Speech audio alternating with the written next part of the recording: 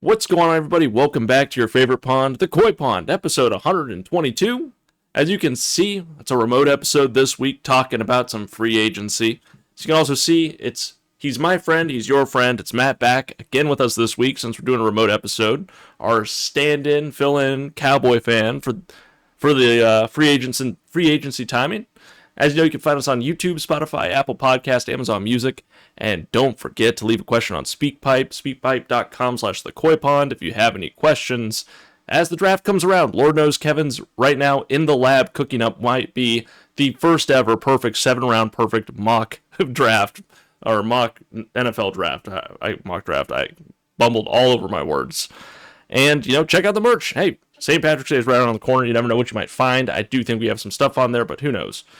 This week, we will be talking about what has been the last few days of just an absolute bloodbath in the NFL for who can get the best free agents and how quickly we can get them.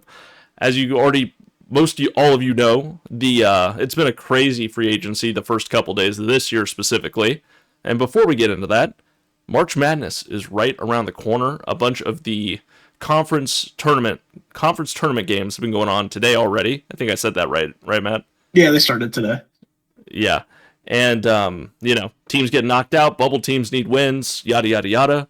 Miami finished their season 31-0. Fucking spectacular. That was a crazy last game at OU. First time they won there in, I think, 15 years was the stat, which doesn't really surprise me, but also phenomenal end of the season. It's what they needed if they want a shot in a March Madness. And Lord help me, the amount of articles that I'd say a pretty good amount of people rooting for their success, but there's also a lot more people than I expected not rooting for their success in this. I mean, the graphic with the ESPN bubble and bubble teams to watch being Auburn, Miami of Ohio, and Indiana has been hilarious. It makes sense. I'm not saying it doesn't make sense, but it is just hilarious seeing a 31-0 team be on the bubble like that. Now, I'm hoping since they finished the season 31-0, they can just beat Massachusetts on, I think, Thursday morning.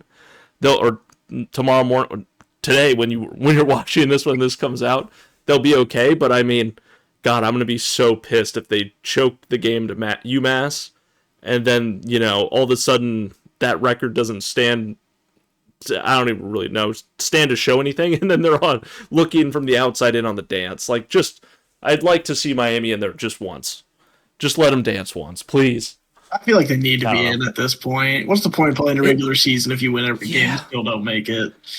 Just play the conference tournaments and make every team just, it's not even worth playing it then at that point. I know. It really would destroy the whole point of the regular season to some extent, and I get it. They didn't have a hard schedule, but also, it's their conference. What do you expect? Also saw a thing 40 teams, maybe 70 teams wouldn't schedule them either. Yeah, there was a whole thing that came out about all these teams they tried to schedule that wouldn't play them that are good basketball programs. So, I mean, just give them this one, and then next year when they lose a couple games, you don't have to put them in. But for the love of God, if they are they went 0-1, they got first rounded by Massachusetts, they're we can't put them in now. I'm going to lose my mind, but I also understand them to win a game in the tournament. Yes. People just want them in there, though. There's other teams that will also get 0-1. Everyone knows it. Yeah, I mean, don't get me wrong. Akron is always a fantastic basketball program, but Miami already beat them once. They're already 1-0 against Akron. I get why they're favored in the tournament. It's just come on, please. I just want to see Miami in it one time. And it's just crazy shit. Not to mention the new arena they're building at Miami, and then also, I don't know I might have talked to you about this, Matt, but the article came out that Miami's putting $8 to $10 million into their football team. I did see that. For contracts. Yeah. That's crazy. I think that was reportedly a lot more money than some other schools that would be considered typically better than Miami. So I'm definitely interested to see if that proves to be all it takes to win all it takes to win these days. Because Chuck Martin, who coaches the football team there, is also a pretty good coach. Miami's been in it most of the years of the last 4. I think last year they had a down year. But that was the whole situation with Finn being a quarterback, and, halfway through the season, he just decided to stop playing.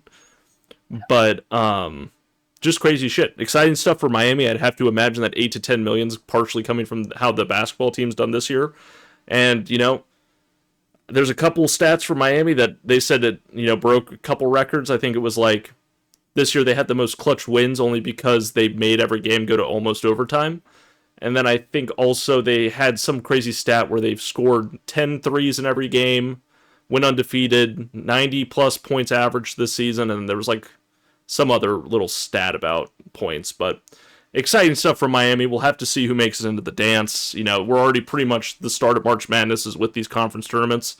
So I'm just excited we're here. I'm not going to lie. As we said last week and the week before, I believe, the Coy Pond will be doing a March Madness challenge on ESPN. Yep, thank you. Group, however you want to say it. Winner gets $50, one free entry into the group, and look for that to come. I'll probably put the link for that in next week's episode or the week after, whenever that starts. And just look for the link or search the group for the Coy Pond. Same shit as last year, so if you're in that group last year, it's easy to join that group again. Anything you want to add, Matt, to the old March Madness talks as we're slowly getting into that season? Not really. Only basketball related thing was the Bam Adebayo dropping 83, breaking the record, maybe the second. Yeah. Yeah, that was kind of crazy. I heard there was a lot of controversy. Yeah, a lot of controversy with the Kobe stuff, right? Was that it, or was it more like they fed him the ball so many times he had to have gotten that? They fed him the ball. He was the only one shooting. His team was intentionally fouling the other team as soon as they got the ball, so they couldn't dribble up the court and waste time. Like, they were 100% just stat padding for Bam the entire time. So people are saying it's not real because other players could do it too. But, I mean, in my head, 83 points is 83 points. So he still has the record. Yeah, exactly. And on the surface of being, not in the NBA as much, it feels like that's going to happen when you get to that spot with players once they have that many points going into the third quarter. But I did hear some about it. Like, Kobe fans were saying that, Wilt got the 100 record, but when Kobe got the record, the Wilt number didn't matter. I don't know. I was just hearing plenty of talk about it today. But congrats to Bam. That is a crazy stat line to put up in an NBA game. I've seen people say, 10 years from now, people won't even think about Bam having 43 free throw attempts. It's like 10 years from now, everyone's going to forget. They're just going to see 83. And I'm like, it'll come and go, but yeah. Yeah, I saw the, what was it? People were saying that SGA staring at Bam and how he got those 43 free throw attempts or something like that. It was pretty good. Good internet for the night. Not what I expected, that's for damn sure. But with that being said, we will be talking about all 32 teams. I have updated this to the most I can as of Wednesday night at, 8:30 p.m. Eastern Standard Time. Most of the players that got signed I have in here. If it happened on Wednesday, I might not have.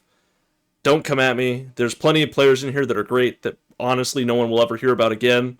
And we'll just go take it team by team. And, depending on who your team is, we'll see how much time we spend on them. But why not start in the AFC West with the Raiders? One of the worst teams we've ever seen last year. Now, with all this cap salary, Pete Carroll gone, Tom Brady seeming to take more of a role in this franchise, they have plenty going on. Some amazing free agency pickups, and obviously the most talked about news is Max Crosby coming back to the Raiders as of this very second. I guess there were some physical concerns with the Ravens, and that deal didn't work out, and the Ravens backed out of the deal. And now Crosby is back on the Raiders on what seems to be a much more well-built defense, along with, the first overall draft pick this year, which will more than likely end up being Mendoza. We've seen crazy shit before draft day, but more than likely Mendoza. Not to mention they bring in Jalen Naylor, and you already have Ashton Genty. You still have, not Brock Purdy, oh my God. Bowers. Who am I? Bowers, thank you. Brock Bowers. Yep. And, the worst part of that team, arguably, was that offensive line. That was a pretty bad overall Raiders team, and it looks like, Linderbaum was a huge pickup for them on the line, and then they addressed the defense pretty hard with the rest of these free agency pickups as of right now.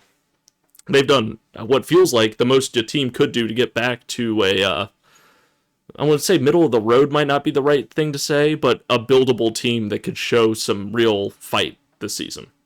for more. They'll definitely be a lot better than last year, especially with a bunch of the veterans coming in there, like to kind of coach Mendoza up as he goes through. Having Linderbaum under center as well, that's huge. That's nice. Yeah. It feels like the rest of that line will be able to build around him, and if anything, it brings in some veteran mindset that's been there and done it. I was trying to remember, Matt. Do you remember if it was the offensive or defensive coordinator from the Seahawks that came to the Raiders? I do not remember. He was offense. I was looking it up just to burn some time. He was the offensive coordinator, so that makes sense then. With how the Seahawks were offensively this past season, build up the defense with veterans, get some good guys in there, and I mean, hey, they're paying people. You love to see it, and Raiders maybe not back. That might be a bit of an overreaction just based off free agency alone, but moving in the direction that scares me. Yeah, as a Chargers fan, scares me a little bit. Going over to the Kansas City Chiefs, man. They fucking get the MVP of the Super Bowl, Kenneth Walker. Pacheco out of town. I think Kareem Hunt still might be there for the time being. I haven't heard any news on him. But at the very least, you pick up Kenneth Walker and drop Pacheco, who's had some injury-prone seasons the last few years. Travis Kelce coming back, talking about how Taylor Swift is the reason that he decided he still had this fight in him. Tonga, great defensive tackle pickup. Alohi Gilman from the Ravens, who was with the Chargers last year when they traded for Odwe Adafe. I butchered that, I'm sure. I'm so sorry. And they retained Tyquan Thornton, who was a pretty, solid receiver for Patrick Mahomes throughout the entirety of that season. I don't know what the right words would be to say it, but these are some solid moves to keep the Kansas City Chiefs coming back and not have a repeat season of last year. They also gave up quite a few big pieces on defense, though. Yeah, it was Quay Walker and McDuffie. Those are some key pieces. This went to the Rams, I believe, too. And then did the Bengals get a guy from there too? Yeah, Bryant, I think it was, or something like that. Yeah, we'll have him in later on, but yes, I mean, it'll be interesting. Getting Gilman for them and Tonga's a good pieces to pick up, but losing those corners is going to be a problem. I think they brought in Bieniemy. I think he was back from the Bears, if I remember. He'll be an offensive coordinator, I think. But the Chiefs were a much better offensive team when they had Bieniemy originally before he left town to go try and, I think, get a head coaching job somewhere, and it didn't work out. And, Chiefs will be in it. When you have Patrick Mahomes, they're not going anywhere. Travis Kelce, a solid third down target, solid tight end still. And we'll see if their receivers can keep from getting in high-speed crashes like Georgia and go from there. Yeah.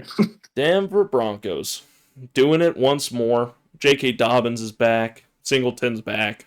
Strand's back. I mean, it's Sean Payton. He's going to keep the wheels running on this thing. I haven't seen too much news around the Broncos, but they were in the AFC Championship game last year, so I don't think, they have what they have. I think on defense as well. Yeah, but no one crazy. And then they let go Greenlaw. Mm-hmm. And then the Cowboys got someone, I can't remember their name. Yeah. But Cowboys ended up someone like a really good special teams player. In hindsight, it would have been just easy for me to copy-paste their transactions and walk through it, but, the Broncos will be the Broncos. Now the Los Angeles Chargers. Maybe the 33 of 32 offensive lines this past season, really addressing it going into this year. Trevor Penning, they got from the Saints last year. He'll be coming back. They got Cole Strange from Miami. And, aside from that, getting Tyler, I don't know how to say it, Beyond as? No, I'm just kidding. That's mean. From the Commanders, huge pickup. They needed a better center. They get rid of Becton. They get rid of Bozeman, retires, and someone else off that line. And then pairing that with Joe Alt and Rashawn Slater. Life should be better. Picked up a great blocking tight end in Kohler from the Ravens. Ingold, Mike McDaniel brings over from the Dolphins. I have faith. It's the same story, a different year. People thought the Chargers would put more into this free agency than they did. They had all this crazy cap space. I'm not totally out of it yet, but Chargers fans with Ortiz are losing their goddamn minds. The memes were pretty good on Twitter this week. But you know what? The Chargers getting a stud wide receiver definitely would be lovely. I know people were not speculating, but getting at Chargers fans saying that A.J. Brown could be a trade target for the Chargers. I don't know if I really believe that. It sounds like the Eagles don't want to trade him. A.J. Brown wants to be traded. Who knows what comes out of that? But I've seen 10 fan bases think they're projected to get A.J. Brown. Yeah, and ironically, I think he probably stays with the Eagles. But, nothing too crazy here. Khalil Mack staying for another year. Huge deal to me. Very excited for him to be back one more year. I'm really hoping they can make a splash with him. But it is the Chargers. We've seen what they are capable of in January. Houston Texans. Reed Blankenship for the Eagles. Pretty spicy when you add it to that already dominant Texans defense, and then you add on Dominique Robinson. Ooh-wee. You know what I mean? May not be that wide receiver or offensive line that you're hoping the Texans would get if you're a Texans fan, but you still got Braden Smith. Not bad. Not bad at all. I did find it funny how many people from the Chargers offensive line and Texans offensive line that got picked up by other teams when you go back and look at those rankings. Maybe those coordinators know something I don't. But if I'm a Texans fan, I love the fact they're just addressing a couple things on defense because that defense was already amazing. Like, thinking about them getting even better on defense is horrifying. I was really shocked the Eagles let Reed Blankenship go. I feel like he's been pretty solid the past few years. Heaven forgive me, I can't remember the Eagles GM that always fucking knows how to sign people during the season. I think, when you have a good team, they're going to go up in value, specifically their defense. And I think they chose to pay the key pieces of that defense and replace the pieces, or let the pieces go that they thought they could replace in a shorter amount of time. So that's why I think we saw Reed Blankenship leave, is he was, he got 3 for 24, almost 25 million. I'm guessing that the Eagles said, you know what, we've got Quentin Mitchell, we've got, who else was it? The kid, Cooper DeJean. They've probably got plenty of people in that secondary that they're like, we're not paying you that, because then we're going to have to pay everyone that. I don't know that, I don't know shit, but exciting things for the Texans is all I'm getting at. Indianapolis Colts. Pretty good moves, if you ask me. Obviously, you're dealing with what was last season when they acquired Sauce Gardner, and I want to say there was someone else, but I might be crazy. Daniel Jones. Now Daniel Jones obviously has the season, but now you keep Alec Pierce and keep Daniel Jones, two key pieces of that offense that I think will make all the difference going into this season. Now you trade away Pittman to the Steelers. I don't think that's the worst thing ever. People were already spreading rumors that he was a cancer in the locker room. I have no idea if that's true again. I mean, it feels like everyone's just trying to drive their stock down or up, depending on what story you hear. But as far as I'm concerned, the Colts let some guys go in the trenches, but keeping Pierce and Jones had to be your top two priorities, given how the Colts' offense has been performing with or without Jonathan Taylor. Yeah, I feel like that $116 million for 3 years for Pierce feels pretty high for me. I don't know why. I know he's a good wide receiver. I just don't know if he's that much money. But that's the only thing I have to say about that. Well, it's like, 35, just under 40 a year, right? If I'm doing my math right. Yeah, under 40 a year, like 38. Yeah, and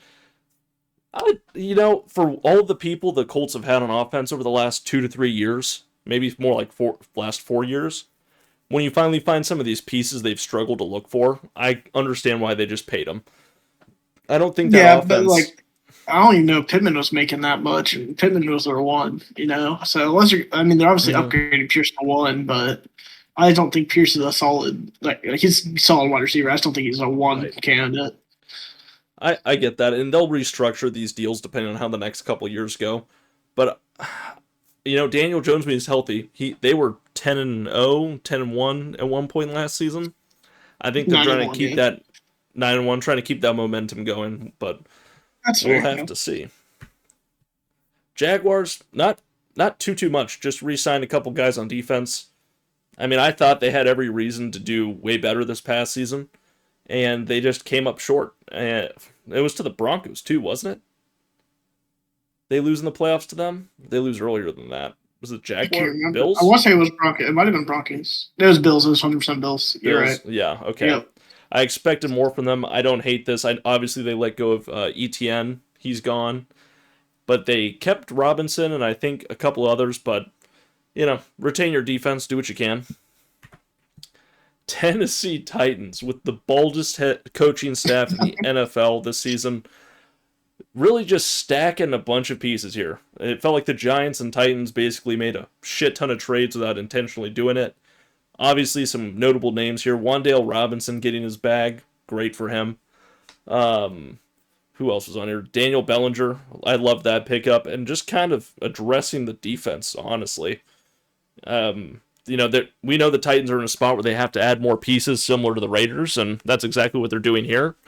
There's no other way to do it, really, and we'll have to see how their draft goes. I mean, that has turned into quite the tough division in the AFC South between the Colts, Texans, Titans, and Jaguars. I don't think anybody's expecting greatness from them, but I do know that they have new uniforms debuting this season, and they're obviously also building their new stadium.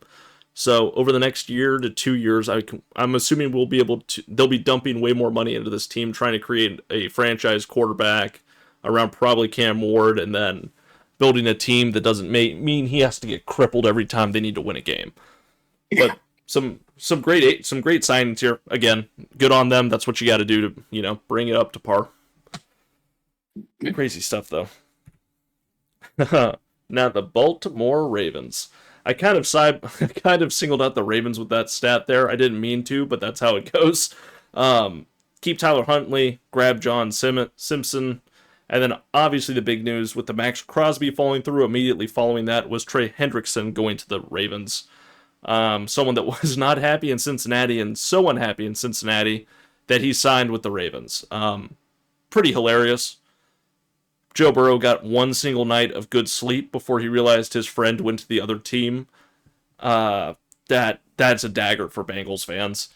I'm assuming he went to whoever paid him the most and was also probably a winning franchise, which I don't blame him for going to the Ravens, but Bengals fans have got to be feeling some type of way with him going right to the Ravens. But the AFC North has been trading around players way more than I ever remember them doing over the last 2-3 years now, maybe? Yeah. I also, I lost my train of thought.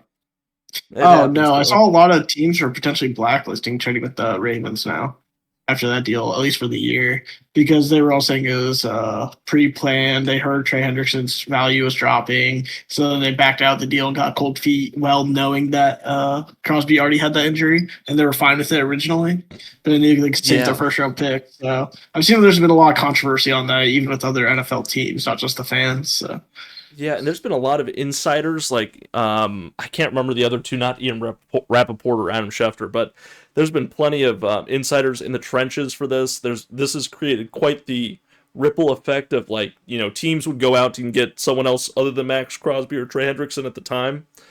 And I would love to hear down the road of how many franchises, them picking up Max Crosby and then not taking Max Crosby or making that trade, who that hurt directly. Which teams wanted to sign Max Crosby that didn't get in and then sign someone else from, like, the Packers for whatever reason. And, that's probably something we never hear about before we die, but I would love to know those couple things of, like, how did what was the butterfly effect of this whole situation?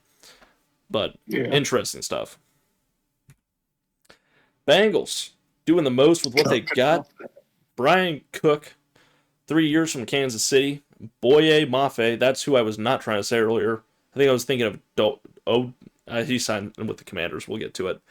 From Seattle, great little piece from a winning Super Bowl defense, and another safety from a great defense throughout the last few years. Bengals need like 8 more of those signings to be a competent defense, I'd say, but, starting to move in that right direction. It cracks me up when you sign T. Higgins, Jamar Chase, Joe Burrow. Yeah, you're not going to do shit on offense. All you need is to stack as many picks on the defense as you can so that Joe Burrow doesn't have to score another 55 points per game to stay in these games, but Joe Burrow's healthy again. Let's see how the season goes, Bengals fans. Let's see if Mr. Browns fucks up this draft for you. The Bengals always loved their first round picks, so I'm looking for them to love this one this year. I have nothing else for this. I mean, those two players are both really, really solid. Yeah. Hopefully they can. That Shamar Stewart was the draft pick from last year. Yeah. There's some guys could hopefully be able to get these guys in there, kind of coach them up, and try to get him back on track. He had a really bad year last year. He did. Had a lot of troubles in college. People kind of projected it, but didn't think it actually happened. And then it happened. So now they're like, need some veterans in here and know what they're doing to kind of show them the rope. So hopefully they can do that to them. But I feel like they should. And honestly, like, the Bengals defense got better as the season went on. You just need to see that happen sooner and not at week fucking 14 when the season's already shot. But it's the AFC North. This has been a crazy 5 years of AFC North football. Maybe the Bengals, maybe 2026 is for the Bengals. I've never seen a more 2026 orange year in my life. Just hope it's not the Browns. Have we seen the Super Bowl colors yet? No, aren't they, is it Spectrum or is it something else? I don't remember. Oh, God. Well, here we go again. Zion Johnson from offensive line with the Chargers going to the Browns. Good for him getting paid. He was not the worst part of that line. So I'm happy to see him go to the Browns and be able to help him out there. Quincy Williams, huge pickup for the Browns, helping out that defense a little bit more. And then Elton Jenkins from Green Bay. Hey, beef up that O-line. That defense is already stacked. You know, pick a quarterback. You have Deshaun Watson. You have Shador Sanders. It'd be so funny if Deshaun Watson starts this season. That'd be bad. What did you find? Did you find something? Orange and seafoam green are the Super Bowl colors for next year. So Bengals Seahawks, get ready to learn football. No, I'm just kidding. That would be electric, though. To be not the Super Bowl, I'd assume I'd see. No. Steelers had themselves a little bit of a free agency so far themselves. I feel like I misspelled his name. Dean from Tampa Bay picked up. You get Asante Samuel Jr. back. He retired early. He was last with Pittsburgh before he was with the Chargers. I liked him a lot. I was really sad to see him go from the Chargers when that happened. So get more help in the secondary. Rico Dowdle.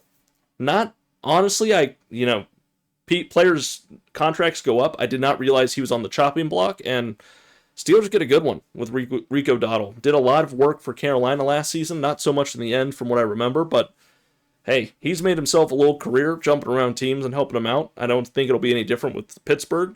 And then the Michael Pittman Jr. in the trade. In the trade. The Steelers got him. So add another receiver to the Steelers. I saw people saying why Michael Pittman's a perfect fit for the Steelers. I've seen people saying why he's not a perfect fit for the Steelers. Regardless, they need a wide receiver help and they're getting it. I love that for him. Where is Aaron Rodgers going? Is he coming home or is he retiring? I've seen people saying that they might try to give the Ohio State quarterback, what's his name?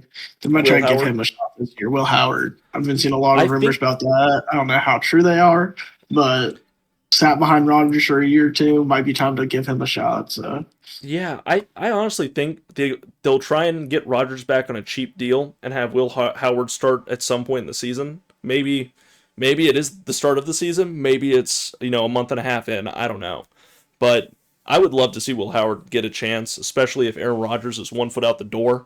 He has got his sunglasses on. One has a lens, one doesn't. He's ready for another darkness retreat, but he's not ready to commit yet. Plus, he's got his boy, who's the head coach from the Packers that was retired for a couple seasons. Oh, shit. I forgot that. Oh, my God. He's a Yinzer himself. I know someone's screaming in the comments right now. Regardless, you guys know who I'm talking. Mike McCarthy. Aaron Rodgers has Mike McCarthy back, so I think that might be more than enough incentive to have Rodgers stay for one more season. Get one more paycheck, call it after that. That is my prediction. But my predictions only come true 50% of 20% of the time. So we'll go with that. Buffalo Bills. Not too much going on. Bradley Chubb, immaculate pickup for the Bills. That one is that's going to help him immediately.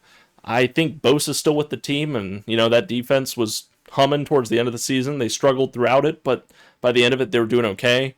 Aside from that, Alford, corner from Atlanta. I'm sure that should help him out a bit. I think Dawson Knox got re-signed. I looked at Mitchell Nowski, and that threw me for a loop, man. I didn't even know he was on Buffalo last year. Like I said, a lot of these deals I threw in here because it happened, but also we'll never talk about these guys again unless Mitch somehow fake punt, maybe, I guess. He threw for 100 yards and fake punts in one game. I don't know, but Bills. Hey, these are solid pickups. Here we go into another season with the Bills where has the window closed conversation will come up 5 more times. Does Josh Allen have what he needs? We'll call him up 7 more times, and the Bills will inevitably choke somewhere in the playoffs to a team they shouldn't have lost to. All of these things will happen in some way or another. Regardless, new stadium for the Bills. I don't think it's open this year. It might be open this year. We'll have to see. I haven't heard anything about that recently, but hey, that's Buffalo for you, baby. Miami Dolphins pay Malik Willis $67.5 million to be the scapegoat of the worst team in the NFL for the next 3 years. Congratulations, Malik. You've gotten paid, and you will be the face of a losing organization for 3 more years. That is essentially what I think the Dolphins did with him. I do believe he was the best quarterback available in free agency. I do think the Dolphins are going to try not to suck for 3 years because at the end of the day, it's an NFL organization. I ultimately think they will suck for the next 3 years, and they just gave Malik Willis the money to be the face of that. Matt, what are your thoughts on that take? I don't hate the take. I can't believe they pay $67 million for 3 years from Malik Willis, though, after watching him play in a game every once in a while.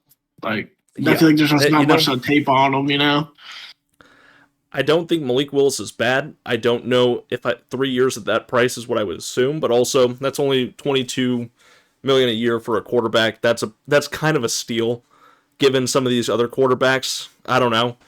It feels like all these other quarterbacks are getting 25 to 30 to 50 million a year, and we really haven't seen a full season from him yet. Maybe there was something in Tennessee that I'm forgetting when he was with them, but a bunch of the guys on the coaching, on the front office for the Dolphins right now are the guys that drafted and worked with him between Tennessee and Green Bay. So I think that's part of the reason they paid him. But also, like, new head coach, maybe a new GM was the case this season. I can't remember with the Dolphins. But they're in cap hell now that they're going to have a dead cap hit with Tua of almost $100 million for 2 seasons. That's a tough spot to be in. And you know what? The Dolphins tried the Mike McDaniels experiment, and now it's the Chargers' turn, I guess. New England Patriots. Some pretty good pickups so far in the offseason. Romeo Doubs. Obviously, Stephon Diggs is probably going to have to do some jail time. Potentially. I'm not saying that's true. Don't sue me. But regardless, Romeo Doubs to the Patriots. Great pickup for them. Need some more wide receivers. And just kind of beefing up the trenches in between. I don't hate that for the Patriots. It's Mike Vrabel. They will be back. They will probably have a harder schedule, and it will probably go a little bit more middle of the road. But you know what? I don't still believe in that scheduling talk. It was damning in the Super Bowl, but also you play what you get. And they played what they had very well. And I'm excited to see the Bills-Patriots matchup this year as per normal and just where this team goes from last season. I think it was Christian Gonzalez might have gotten. They might have. Why do I think Christian Gonzalez already left? I know that Tyson left. Gone, no, Gonzalez is pretty there still for sure. Because he was like a rookie last season or his second year, right? Yeah, second year. But yeah, he's still on the Patriots. Okay, I was thinking of Tyson, however you say his name. My bad, Patriots fans. But some good pickups for the team. Obviously, it's Vrabel. I have full faith in them. We'll have to see. On to the New York Jets. Jets making some moves in free agency. Quite literally all of them so far that I have on this list. Defensive.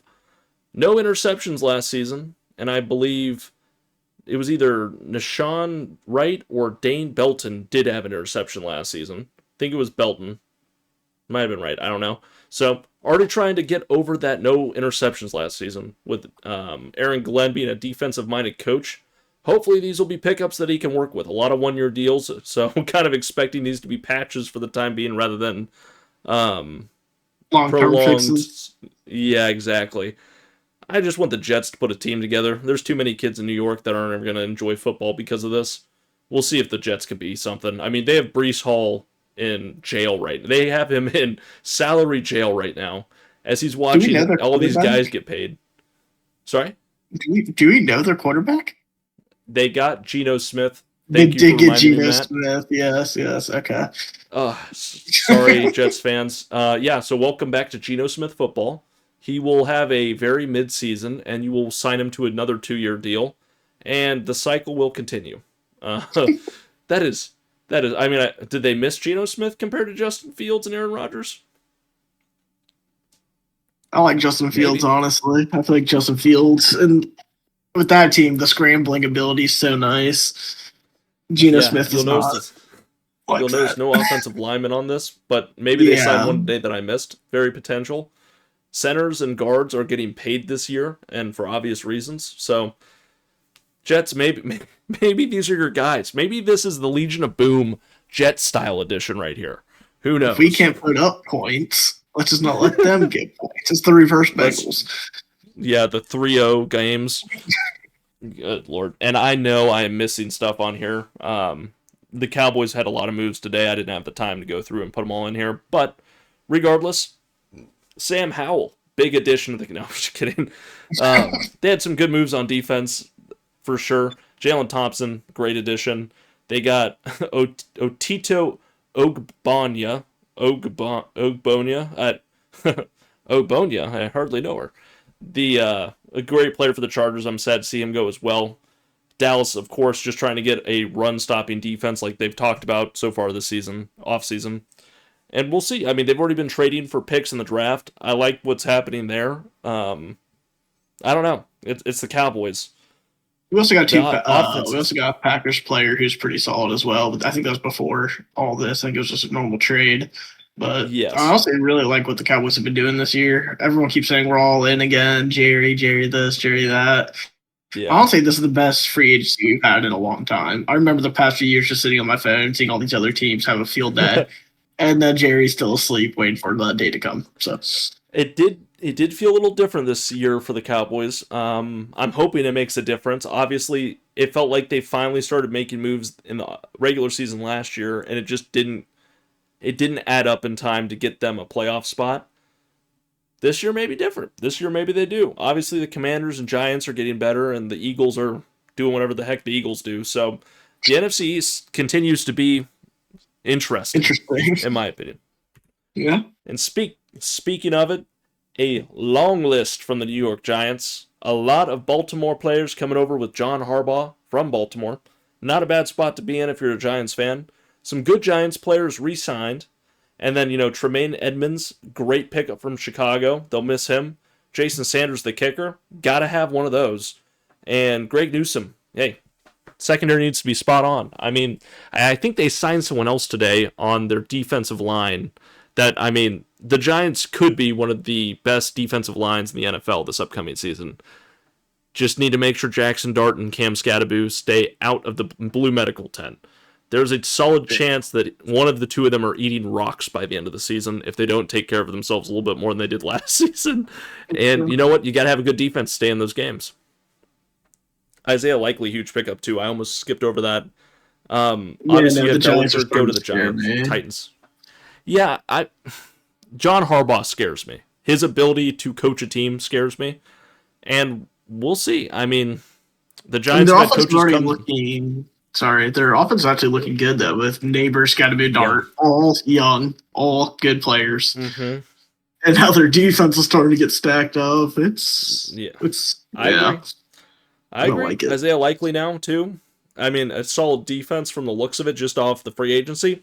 Giants doing what the Giants need to do to get back in the middle of the pack of the NFL and at least have the opportunity to be great.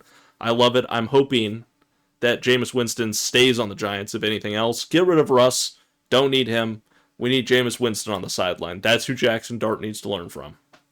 When in doubt, just huck it downfield. Oh, hey-oh. Philadelphia Eagles. People jumping ship all over, but they still get Rick Woolen. Cornerback from Seattle. He had a great season with them this past year. Munt got from Jacksonville. Don't know much about him. And you kept Calcaterra. That's a great spot to be in if you're an Eagles fan. Aside from that, it is the Eagles. We will be having the same conversation we always do. Jalen Hurts, is he actually a quarterback? A.J. Brown, did he read a page of a Harry Potter book this season? What is Big Dom up to? is Nick Sirianni literate, or is he saying some weird pun again, metaphor?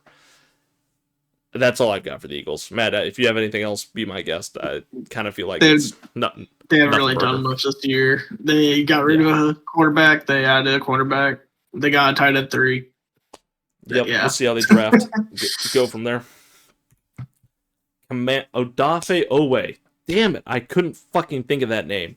He got absolutely paid by the Commanders. It was a contract year, got traded to the Chargers. He had one of his best years ever. Bless your heart, sir. Many, many passions on to the Commanders. They paid him a bag. Congratulations to him. It'll be great for him. Address the defense with a lot of these. That's it, Clavon Chaisson. That's who I was thinking about earlier. Goes to New England. He'll be great from there. Marcus Mariota signs back with them. Meek Robinson. Not a bad place if you're a Commanders fan. Obviously, you could chalk up their offense being injury-ridden last season, and now the weakest part of that team being the defense, they've certainly addressed. And I'm interested to see what picks they have in the draft to see who they end up getting. Within the past 30 minutes, Rodriguez Jr., their running back, just got traded to the Jaguars. Well, that makes sense why ETN, they let ETN walk, and that's where he went. So now they've only got the other 2 running backs. I'm trying to remember who else they had, because it was always a guess of who was running the ball into the end zone last season with the Commanders. Bill Crosby Merritt. They're making him the one. Bill Crosby Merritt. Yep. Wow. I still can't remember his name. That's so bad. And then they got rid of Brian Robinson to the Niners last year. That's right. And Chicago Bears. Ooh. Boy, oh boy, have they been signing. Just another reason that Ben Johnson is going to have another great year. Adding a little winning mentality from the Seattle Seahawks over to the Bears. A lot of defensive pickups. Very nice. Khalif Raymond from Detroit. I remember cursing his name and praising his name several times last season, depending on what I bet on him. Bless his heart. But a lot of defensive players here. That's a great look for the Bears. I know they lost some key defensive players in free agency, but looks like they filled the holes right back, and we'll get right back to the Ben Johnson and Caleb Williams era of trying to get to the Soupy. Aside from that, Kobe Bryant is a really, really good safety. But every time I think of him, I just remember him getting cooked by Puka Nacua in the NFC playoffs. Yeah, this year. That was every single time Puka got a ball, I saw him chasing him after. It was and ugly. For as much shit as we talk in general about players in this podcast, the worst position to be is safety or corner for the sole reason that your best plays mean there was no play made. But your worst plays are on a highlight reel of the wide receiver watching them run downfield open. That is such a tough position to be good at. Bless your heart for getting your bag. And we'll have to see how the Bears do. I'm excited for them again. They proved exactly what most people were hoping they would turn into, which was the Ben Johnson, Caleb Williams era. I don't know what to expect. I think we'll get a repeat. I don't think that season was so great that it's going to be a hangover season this season for them. But they'll have to do it again. I think DJ Moore went to the Bills. I didn't have that on the Bills slide, but you lose DJ Moore. You still have oh my god, the guy whose dad always had beef with the team. Adunze. Oh my god. Yeah, Rome Adunze. You still got Manungai. You got some good pieces on offense still, but I think they had an offensive lineman. A pretty good threat too from the Lions. Yeah, I think they had I have someone else later in. Zacchaeus, I think, might have left the Bears as well, but Falcons, I believe. Yep, we'll see how they stack up the NFC North this season. Detroit Lions sign Isaiah Pacheco. Interesting. I don't know how I feel about that if I'm a Lions fan. Obviously, Jahmyr Gibbs is your guy. David Montgomery already left. But Isaiah Pacheco has been a little hit or miss the last few seasons. Maybe a change of scenery works for him. It definitely worked for Jared Goff. But we'll have to see. Aside from that, just addressing some offensive line issues and re-signing your boys, it's a good spot to be in if you're a Lions fan. I really like the Pacheco pickup. A lot of people hate him. But Thing is Gibbs was getting the ball 80% of the time anyway. And Pacheco, if you want 3 yards, you're going to get 3 yards. If you need 6 yards, you're still only going to get 3 yards. But he's a lock for 3 yards every single time. So I really don't hate it. He could fit that role, make Gibbs the bell cow like he was supposed to be, and just have him on those third and shorts, second and shorts. I agree. I think, if anything, Pacheco's just been injured. And honestly, that's just something that he's going to have to work through. And I didn't see the deal. I didn't see the money or the deal, really, when I was looking for this earlier. But assuming they didn't pay him $20 million, which I doubt they did, it's going to be worth the money, probably. And give it a couple years and see if it works out. Because like you said, Jahmyr Gibbs is still going to be the one. Isaiah Pacheco's basically just getting the chance to help out at this point. Especially after his production the last couple seasons. It makes sense. Yeah. Green Bay Packers got themselves a new center, or re-signed the center, I'm so sorry. Got Sky Moore from San Francisco. Benjamin St. Just, I still don't know how to say his name. He was a Charger the last couple years. Not too much noise over there. Lose Malik Willis, lose Romeo Dobbs, but I know they've been re-signing their guys. They've lost a lot of pieces to a lot of different teams on defense. So I don't know what to make of it. I'm assuming they'll be drafting defense. There'll probably be some pickups while we're doing the podcast. Excited to see. I'm not excited to see what the Packers do. We'll have to see how they turn out. I'm not going to lie. Minnesota Vikings, the number 9 train once again. Will he get a little help in Kyler Murray? Who knows? As of right now, Kyler Murray's not signed, but has been implied to be a heavy favorite landing spot for Kyler Murray. Or the Vikings have been a heavy implied landing spot for Kyler Murray. Aside from that, re-signing their guys. Aaron Jones re-signs with them. I think that's great. I like Aaron Jones there. He's 31 right now, I believe. I don't know why he'd go to a different team if he's having success with the Vikings. Let it ride. But James Pierce, great pickup for them. Cheap deal, too. Yeah, I don't got much for them. Oh, you're fine. Atlanta Falcons, Tua. Congratulations. We got 2 southpaws on the Falcons for quarterback. The memes on Twitter from, Tua being carted off the field and then the wheelchair man running onto the field to take his place. Hilarious. I love all of it. The Falcons, this team needs to be built around, oh my God. Why am I forgetting his name? The running back. Bijan Robinson? Yeah. Good Lord. You would have thought the NFL hasn't been in season for 2 years now. This offense needs to be built around Bijan Robinson, and obviously I think that's what's going to happen when you have Tua and also Michael Penix as quarterback. Getting Jahan Dotson, cheap, good move.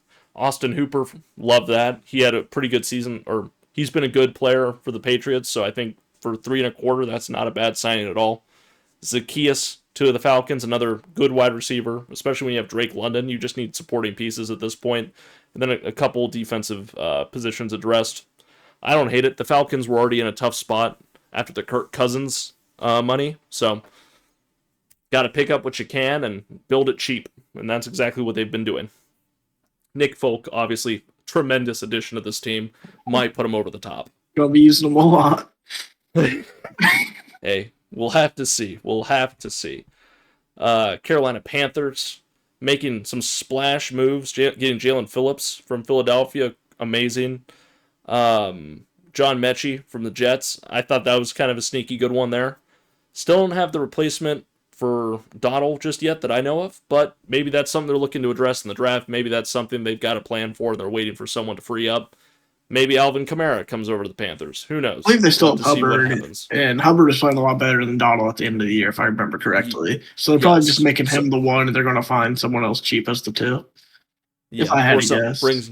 No, that's exactly what I'm thinking at this point.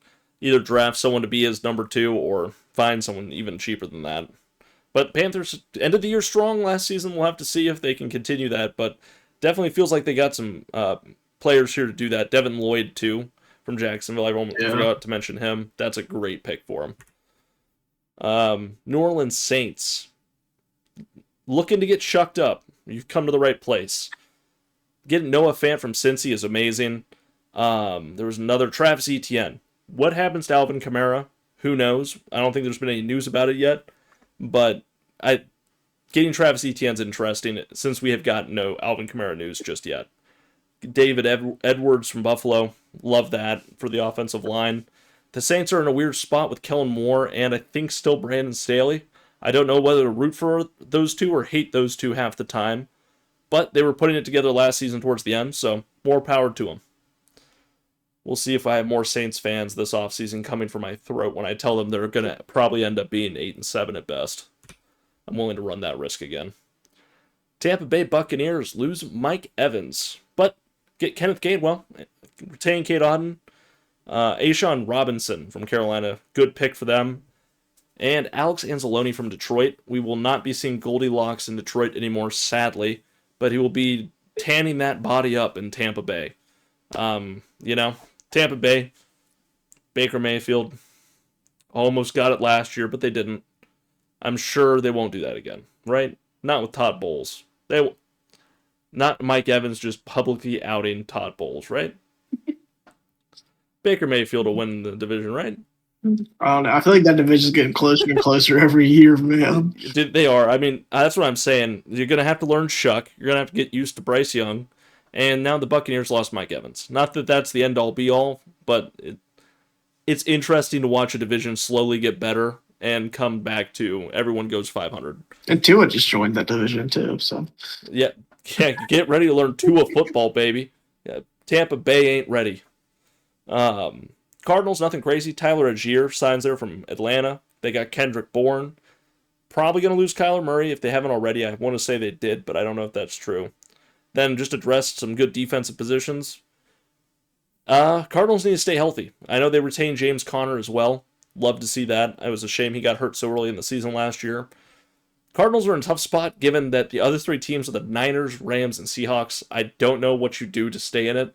You were promised a tremendous team that didn't come to fruition the last 3 years. You believed in Kyler Murray. Now you're going to have to deal with that. Good luck, Cardinals. I don't know what to tell you. I got fucking convinced last season the Cardinals would be great. Dumbest thing I ever thought. Dogged on the Cardinals, got convinced they'd be good, got kind of started rooting for them, and then punished. Fucking Rams, McDuffie and Watson. I don't know why I don't have McDuffie here. I think this is really just talking about the last couple days, but regardless, they keep Higbee. Love that.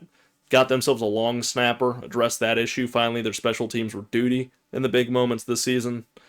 And, the Rams are back, just like that. I wouldn't be surprised. Again. Yeah, I mean, they're immediate favorites in the NFC. Does anything more need to be said at this point? I don't think so. I'm guessing Stafford's like, I'm retiring unless you think our defense team would be even better. And they're like, okay. Stafford's like, I'm out of here. Unless you sign every defensive player that's worth a damn from Kansas City. Sean McVay's like, yeah, Matt, what the fuck do you think I'm going to do? Shut up. San Francisco, got Mike Evans. Love to see that. Kept Jake Tonjes, a great player when, oh my God. Kittle's hurt. George Kittle. Yeah, when George Kittle went down, thank you, Matt. Aside from that, a couple tackles, offensive linemen. 49ers really aren't missing that many pieces. They just need to stay healthy. That crippled them out of the gate last season. That team's good. It's just a matter of will the electrical plant kill Mike Evans before or after the start of the regular season? I love all those memes, bro. Who's taking down this squad? The electrical substation next door. It's too easy at this point, especially when the Rams and, again, Seahawks are in your division and you guys have to cannibalize each other. Amazing football, though. So, thank you, 49ers. Speaking of the devil, Seattle Seahawks kept Rashid Shaheed, a tremendous piece of that special teams last season. Got a bunch of their own boys back. I think literally all of them got them all back. They used it's called the right of first refusal tag on Jake Bobo, which basically gives him that deal at 3.5 2/100ths. But I don't know how it works. I honestly don't know if he gets to pick which team to go to, and it's not the first guys to get him, or the Seahawks can refuse something else. I'm not too sure. But it basically says he stays with Seattle. Obviously, Seattle's getting picked apart right now, defensively. But still have JSN. Kenneth Walker goes on. Zach Charbonnet will be the cowbell. That's fine. They'll have someone else back there with them. Seattle's going to be a good team again, more than likely, but I am curious to see how that defense adapts. It confused me a lot. They win the Super Bowl. get bought out, and then sell all their pieces. Granted, they're selling all their pieces for high, but it just feels like they picked up, like you said, got picked apart and sold too many pieces. I don't know.